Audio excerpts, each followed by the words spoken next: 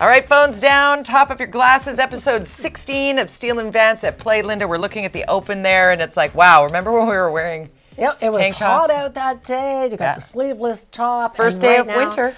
Oh my gosh, I went to drive to see my dad in one of those car shares. It was like spinning around in the side streets. You're trying to go up hills and on the freeway. I mean, the weather is terrible. And can we just say, I'm so sorry for everyone who was trying to get somewhere for Christmas. Check out the airport. I mean, you've seen this on the news all this week. It was just miserable with some people stuck on the tarmac in planes for 15 hours. My cousin was telling me about her husband and daughter who were supposed to go to San Francisco, and they went to the airport. They were there 15 hours on a plane. No. Never departed. No. Came back. That's the worst part. Not even. And then we say, what is wrong with this city? Vancouver, do we have one plow? Is that it? Maybe we have two. Maybe with climate change, we should invest in a few more because, I mean, check out the roads. This is a lot of people, if you had a Jeep or a four-wheel drive, you were okay. The little car share dealio that Not so much. Not so safe. And we have another weather system coming in Thursday as we speak. That's They're a piece. talking about a really monster potential freezing rain, ice storm for 2.0. Yeah, Thursday, Okay, so everybody Friday. just stay home. If you're watching this show on Thursday, don't go anywhere tomorrow. Just don't go anywhere tomorrow unless you Snuggle absolutely have to. Yeah. And even then, they're even saying don't rely on transit because transit can be impacted as well. We've seen well, that, because but the ice and snow and talking about rain coming in, there's going to be this huge temperature swing. But the roads, you were saying this when I was late picking you up, because I got stuck behind somebody who was stuck. Right. Because I have snow tires, but they did not.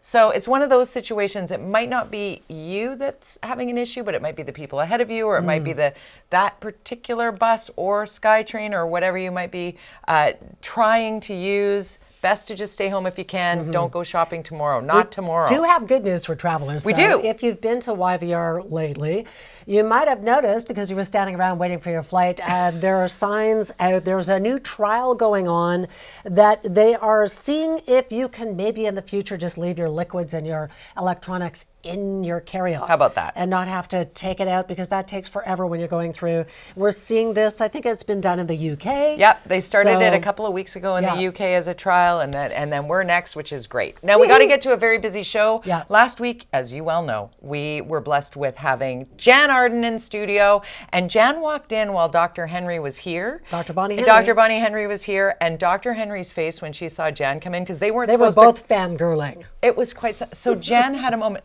Check out this. We're going to play the full thing for you later in the show, but here's just a taste of the behind-the-scenes moment that Jan Arden had with Dr. Bonnie Henry. It's not easy being a public person, and especially when it's very divisive. So you ask. Well, I'll tell you what, divisive indeed, because Dr. Bonnie Henry, we had so much to talk to her about that we saved a chunk which we're going to play coming up a little bit in a few minutes. The ode to Dr. Henry. Well, from and it's Jan. because the polarization around COVID has been so monstrous. And Dr. Bonnie Henry has had, in fact, while she was here, she had police in the studio with her. And by the front door upstairs. Yeah, because the death threats and the attacks and the vitriol, and it's nasty, and she's going to weigh in on that, and we'll talk about that as well. Yeah. Also, we're going to talk about the price of food. I want to show you this. Here's a very simple photo of two simple medium oranges that I purchased at Choices the other day. $4.14 for two medium oranges. And the grocery inflation is crazy. Prices up 11.4% year over year, which is why so many people are doing this. They are actually starting to shoplift grocery items because they cannot afford to feed their families. So we have the food professor, Sylvain Charlebois, who's a food distribution expert, coming on the show shortly. Yeah, indeed. He is one of our favorites. We also have, we're going to talk a little bit about addictions and crime. First of all, maybe you've seen this video, we played it on the show a few times, of the guy who was mad and he was at Gastown smashing all the windows in the bank. 2 times $300,000 for the damage. He Again. just got sentenced, Jody Vance. Oh yes, 18 months probation. Yeah, what is that going to do? Thanks for coming. Nothing. Nothing, zero And things. That's the problem, is that this province and the federal government has spent billions of dollars on people like this who are underhoused and have potentially addictions and mental health issues. And we're seeing the problem get worse. Yeah, What Dr. is Julian. going on? Dr. Julian Summers is going to be with us to talk about what we're not doing right. He's an addiction specialist at SFU.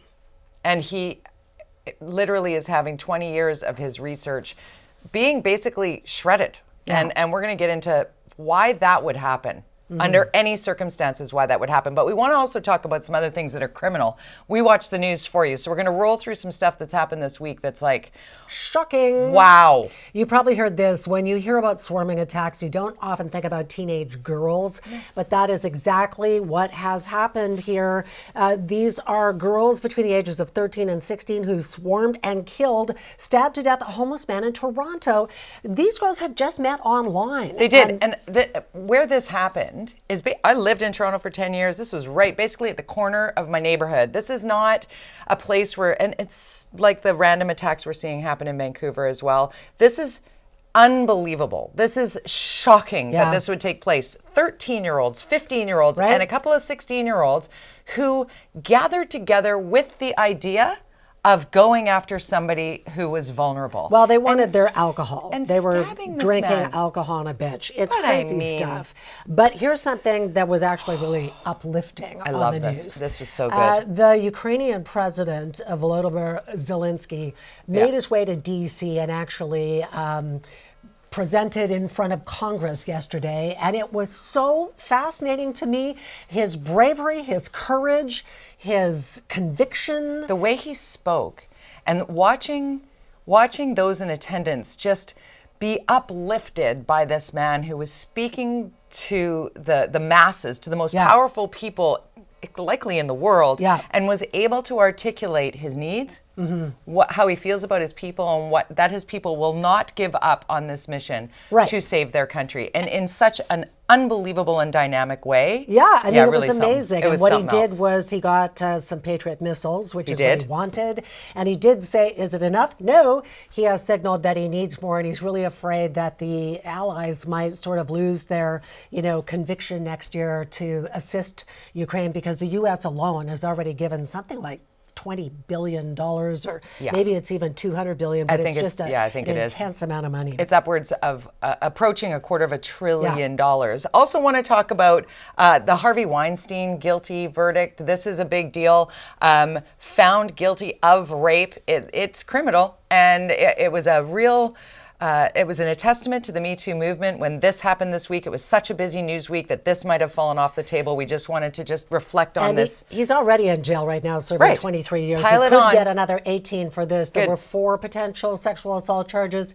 He only got convicted on 1, but safe to say he's not getting out anytime soon. No. We want that to happen. One quick update on the MAID, medical assistance in dying, a delay here. Yeah, well, the federal government has decided it is going to seek legislation to delay this. It was supposed to go in effect in March for people who have mental health issues. They are pressing pause on that, and I think that's probably a good idea, because there's a lot of people who are not sure that there are the proper processes in place to make sure that that doesn't turn into a slippery slope. We commit to keeping on that story moving forward into the new year. One more thing we want to slide in here. CTV executive responsible for the firing of Lisa LaFlamme.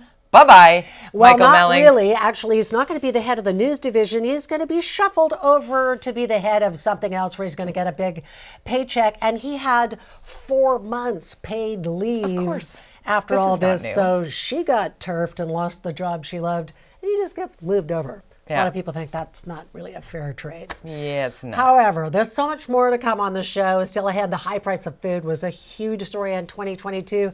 Are consumers going to get any relief in the new year? The food professor, Sylvain Charlebois, joins us next. Come on with the good news.